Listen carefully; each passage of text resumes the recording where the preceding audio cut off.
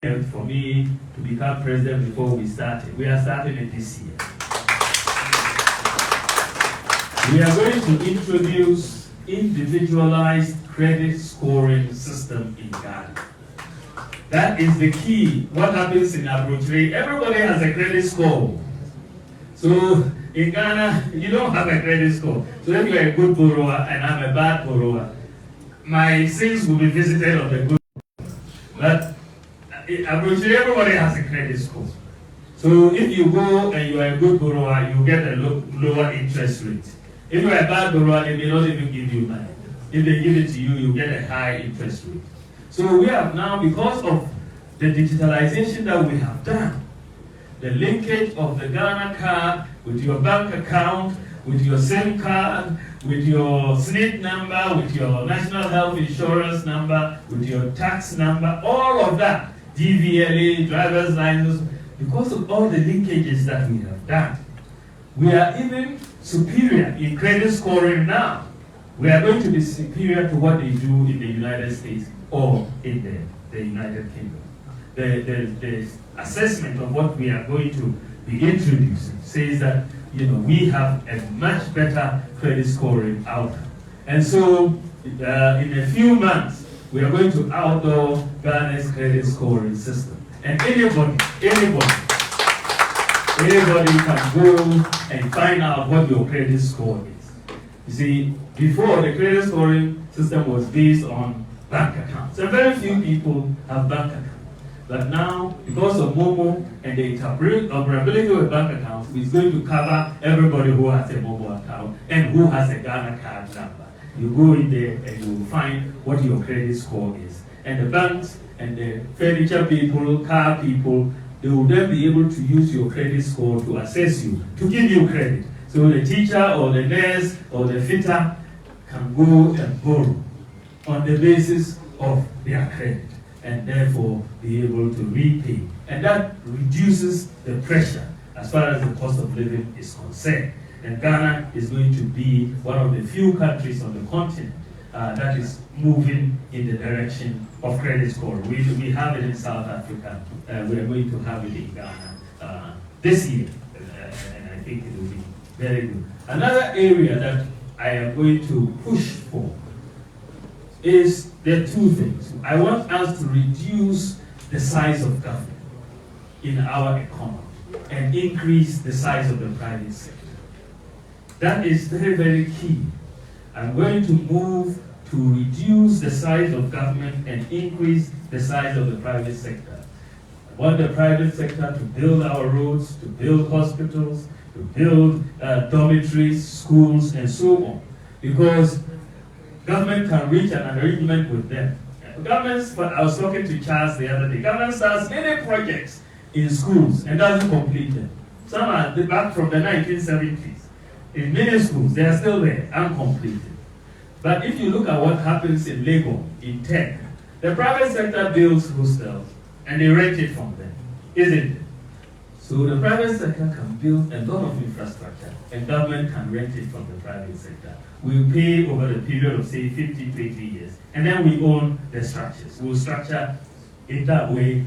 Every school will have a vehicle because we will lease the vehicles. We don't have to look for money one time and pay for everything. We can use a credit system and pay. And therefore, there will be a lot of room to give government space to do other things. So we want to reduce the imprint of government and increase the imprint of the private sector. And when we do that, it means the private sector will move and build so much infrastructure and we will have more jobs in the system because things are working. You are not going to wait to say, government has not paid this contractor, so the job has stopped for a few years. The private sector, they know if they build, the government will rent it from them and they will pay. And that is one way we are going to be doing this. The other area that I want us to do a major reform is in our tax regime. Our tax system from independence has become a very complicated system. Many people cannot assess their tax liability. They have to be told, and that this is what you owe. They cannot even challenge what they are told. They don't really understand it. I want us to simplify it. I went to Estonia to study their tax system when I was coming up with this idea, because why did I go to Estonia? Because they are the #1, the most tax competitive country in the world. The last 10 years, they've been #1. So if you want to introduce something, you better go to where they know how to do it. And that's why I went to Estonia with a team from GRA and everybody. We went and looked at it, and it's beautiful. They have a flat tax system. If it's 10%, that means you earn 1,000 cedis, your tax is 100 cedis. Everybody can calculate that. You have 10%, you can easily calculate your tax liability, what it is, above whatever thresholds we will give you. It's very, very simple. And with that, compliance will be high. So we are bringing in a new flat tax system, which will start in 2025. With this flat tax system, we expect to generate more revenue and get more compliance. But because we've had this complex tax system over the years, I'm going to introduce a tax amnesty in 2025 so that we all start on a fresh, clean slate. Fresh, clean slate. So everybody does not owe anything from 2025 going. And then from then, you pay your flat tax. Everybody can calculate and will know how to collect it. So this is where we are going. A tax amnesty in 2025 that will really help us, businesses and government and individuals who will really do that. The other area where I want to bring a reform is in import duties. One of our problems in the import sector, the import duties, we complain. If you talk to our business community, they complain a lot about high import duties. It's a big issue. And when the import duties are high, because we are import-dependent economy, it means the prices on the markets are also high. There's a direct link to that. So if you want to reduce the pressure on price increases, you have to bring down the pressure on import duties as well. I believe that we have to be competitive. Our most close neighbor is Lomé in Togo, as far as the port system is concerned. What we are seeing is that there's a lot of smuggling. The containers, rather than landing in Ghana, are now being diverted to Togo. And then people will clear the goods in Togo and smuggle them into Ghana. So we lose the revenue. And so I want a new policy where we benchmark the import duty in Ghana to that in Lomé. So we don't have higher duties in Ghana than in Lomé. That should be the policy. So with our import duty will be not higher than Lomé. It can be lower, but it cannot be higher.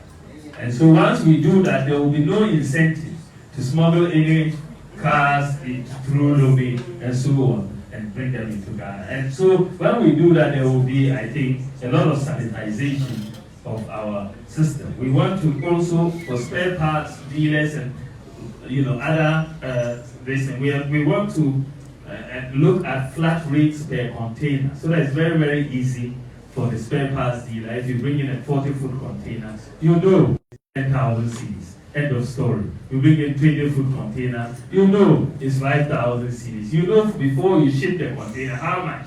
But right now there's a lot of uncertainty. You come in, they'll say exchange rate has changed, so you have to pay more, and that's all. So we want some certainty for the importers when they are bringing in goods, as far as, because if there's uncertainty, they will be increasing prices. Even before they bring in the goods, when they say, if I bring it in again, it will be higher, so I'll increase the prices. And that all adds to inflation. So we want to bring some certainty in the pricing, and that certainty will come at certainty at the import duty level. And that really will help us to bring in this. So to help industrialization, I want us to establish special economic zones, especially at our border areas, whether it's Aflao or Elugo or Tatale, so that you can have economic activity. And when you produce some of these goods, you will have that. So across the country, We want to bring in special economic zones, whether it's in eastern region, western regions, so that we can encourage companies to come here and set up and do with a lot of production. We also want to see a lot of value addition to our agro-processing. And because I'm a digital man, I want to make Ghana a digital hub of Africa. We are going to do it. It is possible for us to do it. And what I have found out about Ghanaians is the young men and women are very technologically savvy. They know the IT space. It comes naturally to them. And to help us do this, we are going to train 1 million youth, Ghanaian youth, in IT skills. And you don't need to go to university for you. Once you can read and write, we can train you to be a coder. You can end up being a software developer. It's not rocket science, but they can sit in Ghana and be working in Australia. This is how the technology is now. So we are going to help train at least 1 million youth in IT skills, including software developers, to provide job opportunities for our youth and all of that. One area that I also want to bring a major paradigm change is in our minerals regime. And I don't know more than us how the fact that our minerals regime has not really benefited us over the years. The nature of how it is shared, for me, has been at a disadvantage to Ghanaians. And so we need to relook at it. We need to empower the Geological Survey Department. We need to empower our universities. And so we're going to provide money every year in the budget for exploration, because that is the key. But if you look at our 7 gold belts in Ghana, the estimate is that we probably have about 5 billion ounces. This is from the Geological Survey that we have not yet really gotten to yet. Now, that is huge. I mean, that is really huge. So that is about 10 trillion US dollars, right? That's too huge. Even if it's 5% of it that we bring out, that's massive. Now, now what I want to propose, the new paradigm that I want us to propose is that if we have, the Geological Survey Department or the universities find gold or any mineral anywhere. Once we have found it, then that gold should be 100% owned by Ghanaians. That mineral, I want us to move to a new paradigm of ownership. That we should look, if we have to bring in technology to explore it, let's bring in technology. But we can hire it. We can raise the money on the back of the minerals to do, and we can empower our Ghanaians in this process. And I also believe that we need to sanitize the small-scale mining sector. The illegal mining needs to be brought under regulation. And if we can do more community mining schemes and provide licenses and move them away from the water bodies, where they are contaminating our water across, I think that we can have more sanity in the mining space and make sure that they are able to. And we want to involve Nananum very much in this process of regularizing and licensing some of this small-scale mining issues that we have. Nananum also want to set up a minerals development bank, just as we have the Agri Development Bank. We also want to set up, because if you want to empower your mining sector, you need finance. And so, because we have the minerals, we need to set up a minerals development bank to support them, just as we have an Agri Development Bank for the farmers. And it is going to be very, very easy to do, because it's based and backed by some significant reserves of minerals that we have, so that the bank, because our current banks don't have expertise in lending to mining companies, and we want a bank that is specialized in this, and we can help bring in a lot of a lot of revenue for government and a lot of money for our miners. So we want to support them. We are not going to be engaged in an adversarial relationship. Once you mine according to your license, government will not disturb you. It will help you, will support you with your equipment, your financing, and so on, and you mine responsibly. Second, you don't damage the water, don't damage the environment, and that is what we are going to do. So these are just, I can't give all the ideas, but these are some of the ideas that, if by the grace of God you give me your blessings and the people of Ghana vote for me in 2025, these are some of the ideas we are going to bring. We're going to create an economy that is a job-creating economy. In your own jurisdictions, your biggest problem is jobs for the youth.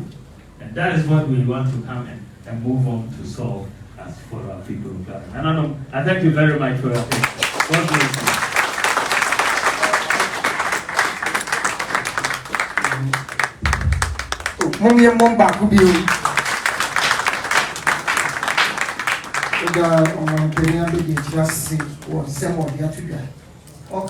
Credit card